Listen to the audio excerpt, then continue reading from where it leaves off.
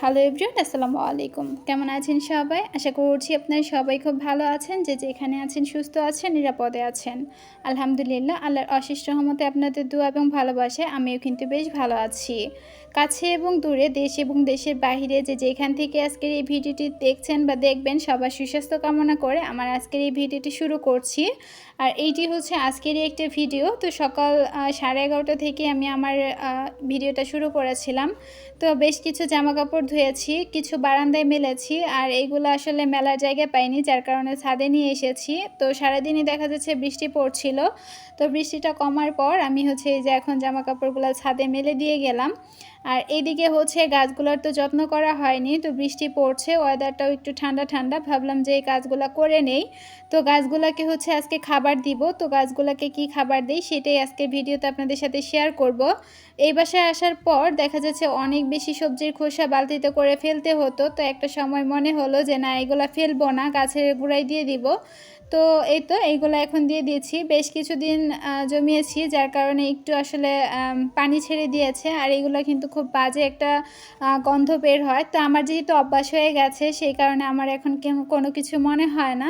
তো পুঁইশাক গাছে দিয়ে দিয়েছি, আর এখন হচ্ছে এই যে করলা গাছের গোড়ায়ও দিয়ে দিব, আর সেই সাথে অপরাজিতা গাছে দিব।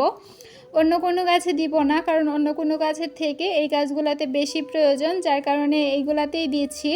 তো আজকে আপনাদের সাথে শেয়ার করতে যাচ্ছি তাড়াহুড়া করে আমি কাজ করে সংসারের খুব প্রয়োজনীয় একটা জিনিস আনতে আপনাদের ভাইয়ের সাথে বেরিয়ে গিয়েছিলাম। তো কি এনেছি ভিডিও জুড়ে থাকলে অবশ্যই দেখতে পারবেন। প্রতিটা মেয়েরই কিন্তু স্বপ্ন থাকে তার সংসারের টুকিটাকি জিনিসপত্র করবে। তো আমার ইচ্ছে আছে, কিন্তু যেহেতু আমরা নিম্নবিত্ত, চাইলেও সব কিছু করতে পারি না, খুব হিসাব করেই কিন্তু আমাদেরকে চলতে হয়। তো নিম্নবিত্ত পরিবারের মেয়েরা একটু বুদ্ধি করে সংসার খরচ থেকে টাকা বাঁচিয়ে কিন্তু নিজের শখগুলা পূরণ করা যায়। তো সেটাই আজকে আপনাদের সাথে শেয়ার করার চেষ্টা করেছি।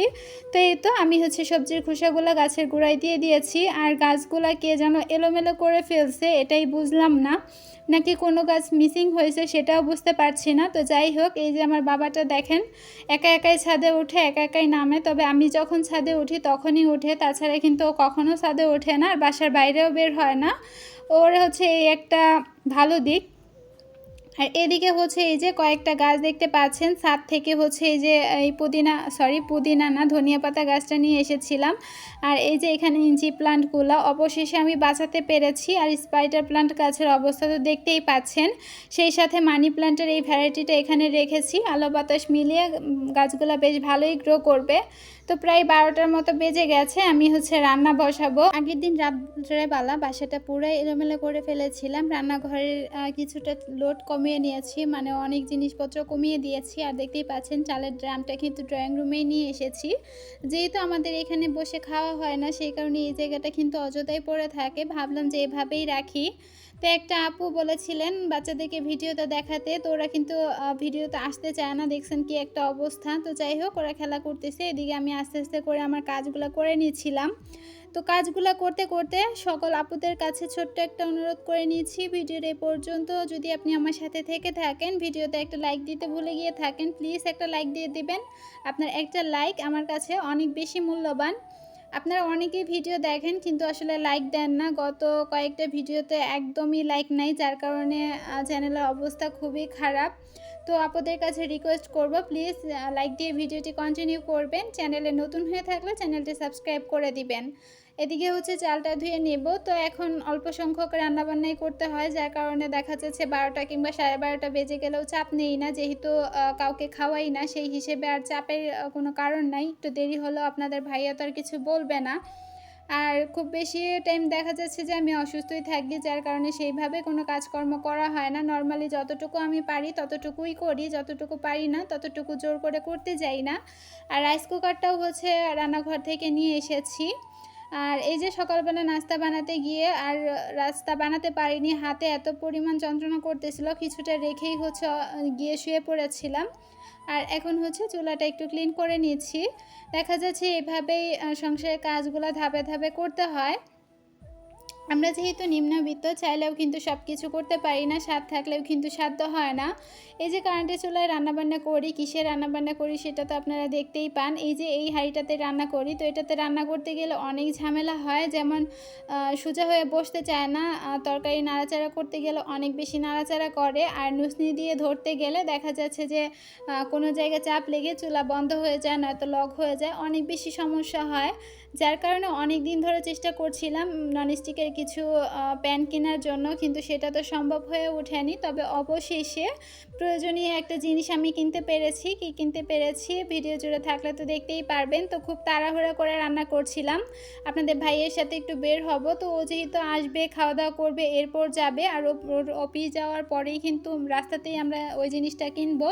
তো এই যে দেখেন, একটা জিনিস চলে যায় আরেকটা জিনিস আসে, এটাই হয়তো বা নিয়ম, সেটা আজকে উপলব্ধি করতে পারলাম। আপনাদের ভাইয়াকে খেতে দিয়ে এই যে বাজার নিয়ে এসেছে, তো ওকে আমি আসলে ঝাড়ি দিচ্ছিলাম যে এত দাম দিয়ে টমেটো আনার কি প্রয়োজন, আনছি ভালো লাগে না। তো টমেটো কিন্তু আমার অনেক বেশি পছন্দ, তো যাই হোক আনছে, তবে দাম দিয়ে না আনতেই বলেছিলাম যে এত দাম দিয়ে আনার কি দরকার, যেহেতু এখন আমরা কয়জন আছি, তো হয়ে যাবে আমাদের ডাল আর আলু ভর্তা যাই চলে না কেন, সেটা দিয়ে আমরা খেয়ে চলে দিন পার করতে পারবো। তো এত আসলে আহামরি খরচ করার কোনো প্রয়োজন নাই, একটু হিসেব করে চলি, দেখা যাক সামনের দিনগুলো কি হয়। তো আমরা মেয়েরা চাইলেই কিন্তু একটু বুদ্ধি করে সংসারের টাকা থেকে অনেক টাকা বাঁচিয়ে সেই টাকা দিয়ে নিজের শখ এবং স্বপ্নগুলো কিন্তু পূরণ করতে পারি, যেটা আমি কিন্তু মাঝে মধ্যেই করে থাকি। তো আপনাদের ভাইয়া হচ্ছে আমাকে জিনিসটা কিনে দিয়ে চলে গেছে, আর এদিকে বাবু হচ্ছে আখের রস খাবে, তো আঙ্কেল ছিল না, যার কারণে একটু বসেছিলাম।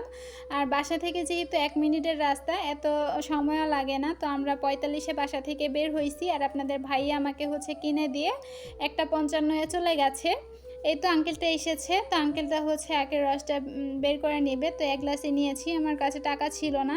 আপনাদের ভাই 100 টাকা দিয়ে গেছে আমার জন্য পান নিতে, তো সেখান থেকে ও আখের রস দেখে বলতেছে খাবে, সে কারণে 80 টাকার পান নিয়েছি, আর 20 টাকা এই যে সেটা দিয়ে হচ্ছে ওকে আখের রসটা কিনে দিচ্ছি।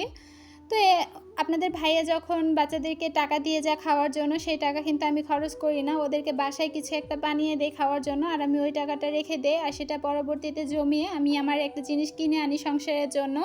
তো আলহামদুলিল্লাহ সেরকম আজকেও একটা স্বপ্ন পূরণ করতে পেরেছি, সেটা সম্পূর্ণই নিজের টাকায়। এখন আপনারা বলতে পারেন, বললেন যে ভাইয়া কিনে দিয়েছে, এখন আপনার নিজের টাকা কেমনে হলো, যে বাচ্চাদেরকে খেতে দেয় সেই টাকা আপনি জমিয়েছেন? শুধুমাত্র যে বাচ্চাদেরকে দেয় সেটা না, বাচ্চাদেরকে যেটা দেয় সেটা বাচ্চাদের কাছেই যায়। তবে ওই যে আপনাদের ভাইয়ের কাছ থেকেই কিছু কিছু চুরি করে চুপচুপ করে রেখে দেয়, তবে ওর কিন্তু কখনোই আমি পকেট মারি না, আমার যেটা প্রয়োজন সেটা তার কাছ থেকে চেয়ে নেই।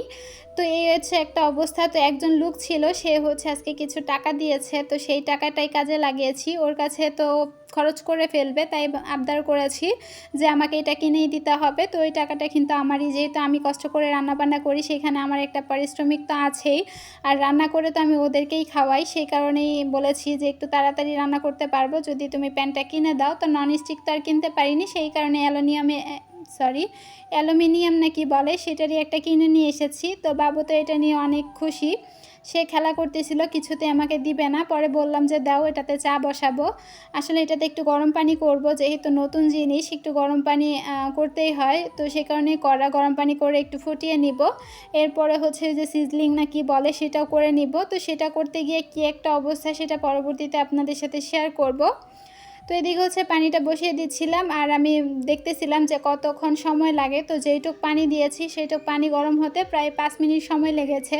তো এটা বসে বসে একটু একটু কাউন্ট করতেছিলাম। তো বলেন তো, নতুন একটা জিনিস পেলে এরকম পাগলামি কী করেন আমাকে একটু কমেন্টে জানাবেন। আমি তো করি, নতুন জিনিস থাকলে সেটার দিকে অনেক বেশি যত্ন করি কয়েকদিন, কিন্তু কয়েকদিন যাওয়ার পর সেই জিনিসটা এভাবেই হেলায় জেলায় চলে যায়। যেরকম আমার এই চুলাটা, কি একটা ভুল করেছিলাম সেটা তো আপনারা দেখতেই পেয়েছিলেন।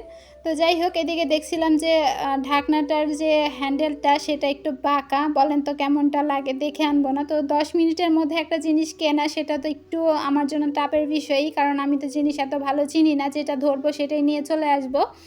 তো এটাই হয়েছে। তো যাই হোক, পানিটা বলক এসে গেছে আর এখন হচ্ছে চুলাটা অফ করে রেখে দিব। সেই সাথে কিন্তু ভিডিওর একদমই শেষ পর্যন্ত চলে এসেছি।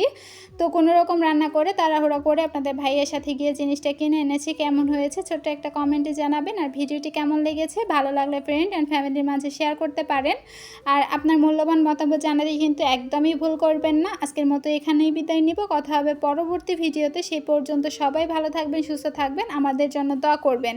আল্লাহ হাফিজ। আসসালামু আলাইকুম।